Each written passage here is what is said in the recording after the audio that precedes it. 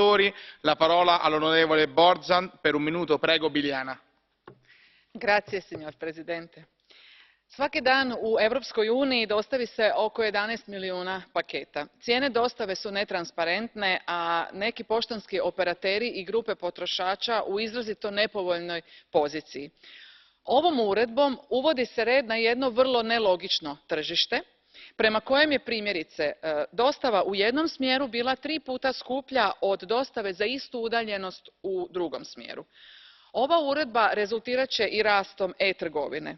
Dostava je potrošačima najvažniji faktor pri online kupnji. Čak 70% građana Europske unije žali se da im je dostava preskupa, a 50% njih ne zna što treba učiniti u slučaju problema. Zato sam posebno zadovoljna što je usvojena obveza da potrošaču pri kupnji trgovac mora navesti sve oblike dostave koji su mu na raspolaganju s usporedbom cijena.